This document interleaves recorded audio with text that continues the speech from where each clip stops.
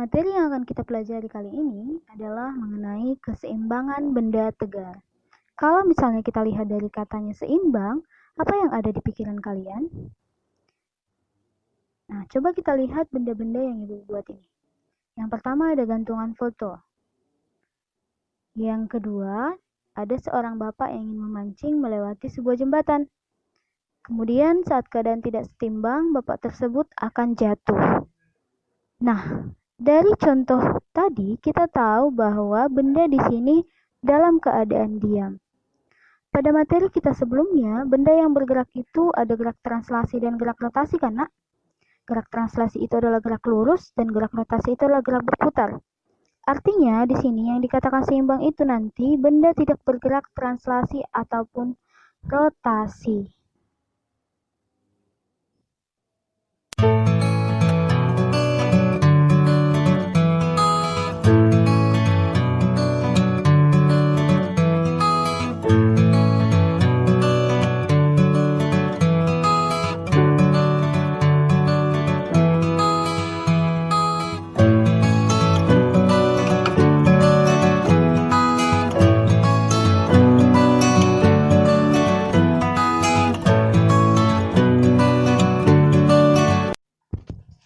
Kita masuk ke syarat keseimbangan yang nanti terdiri atas dua.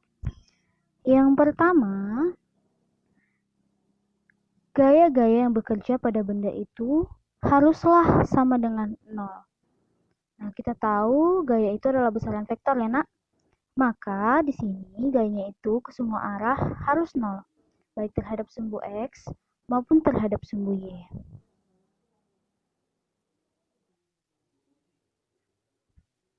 Nah, ini masuk ke dalam gerak translasi atau gerak lurus tadi.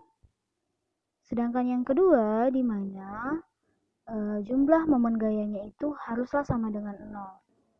Dan ini masuk ke gerak rotasi.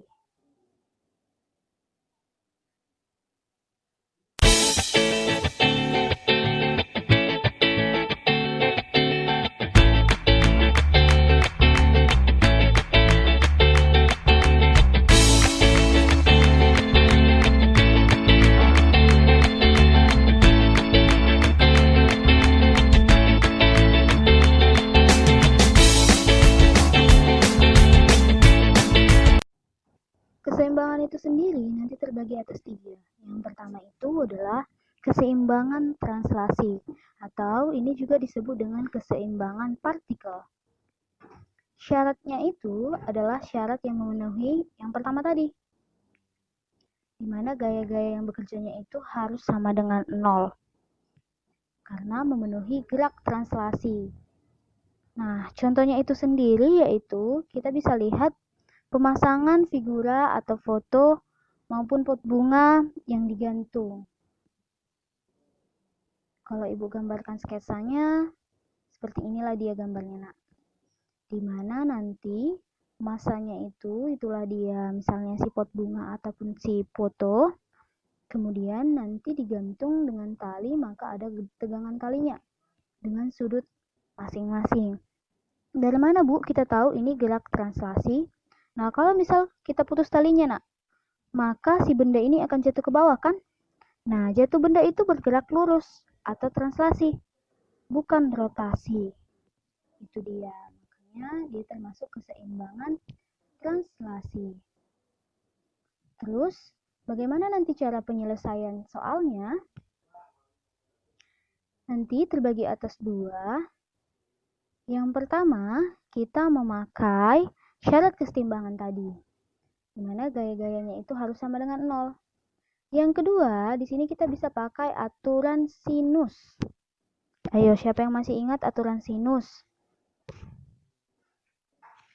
Iya, kalau misalkan Ibu buat gambarnya tadi ya, dari gambar sketsa yang pertama, maka nanti di sini perbandingan gaya dengan sinus sudut di hadapannya akan sama untuk semua gaya.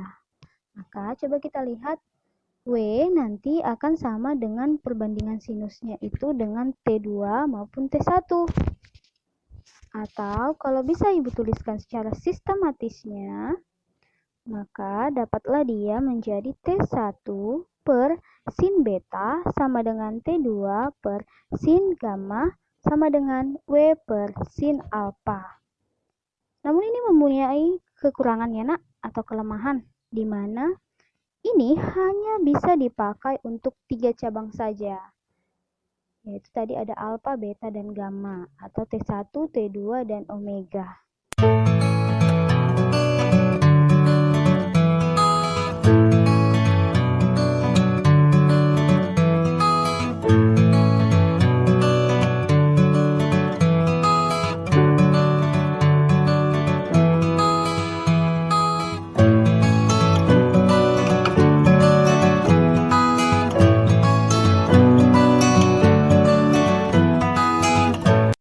Yang kedua, ada namanya keseimbangan rotasi, di mana syaratnya itu memenuhi yang kedua, karena dia rotasi. Nah, contohnya itu, misalnya nanti ada kayu atau papan iklan ya, yang dipasang di jalan. Nah, coba ibu buat sketsanya dia seperti ini. Nah, ini dia. Si masanya ini adalah si papan iklannya itu, kemudian digantungkan pada batang. Maka untuk mencapai keseimbangan nanti akan ada bantuan tali yang mengikatnya ya. Nah, otomatis dari mana kita tahu ini keseimbangan rotasi? Misal kita putus nanti talinya ini. Maka otomatis si tongkat ini akan bergerak rotasi. Seperti yang pada torsi ya nak. Ini dia titik tumpunya. Oke.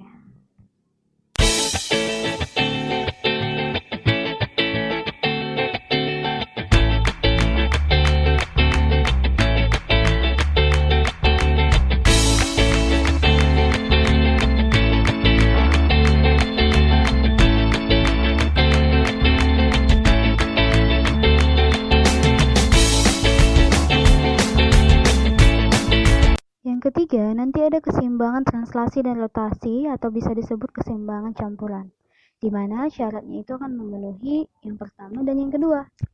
Contohnya itu adalah tangga yang disandarkan pada sebuah dinding. Kalau ibu buat sketsanya, dia akan menjadi seperti ini. Coba kita perhatikan. Nah, itu dia ada tangganya. Nah, kalau nanti tangganya nak ingin seimbang atau tidak diam, maka jatuhnya itu akan seperti apa? Ya, kemungkinannya ada dua ya. Pertama, si tangga pastinya akan jatuh merosot dari sisi B. Gerakannya termasuk gerak translasi. Nah, satu lagi, si B akan terbalik atau memutar, membentuk sudut. Nah, ini termasuk gerakan rotasi. Kita akan menggunakan dua syarat itu. Kemudian apa sih yang ingin dicari biasanya dalam soal? Kemudian ada strategi pengerjaannya nanti di dalam soal.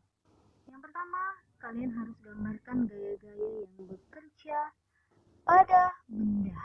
Yang kedua, tetapkan arah mendatar sebagai sumbu X dan arah vertikal sebagai sumbu Y. Yang ketiga, uraikan atau proyeksikan gaya-gaya miring terhadap sumbu X dan Y. Yang keempat, tetapkan syarat keseimbangan, baik itu nanti translasi, rotasi, maupun keduanya. Yang kelima, yang terakhir, dari persamaan-persamaan yang didapat nanti, maka kita dapat mencari atau menghitung besaran yang diminta oleh soal.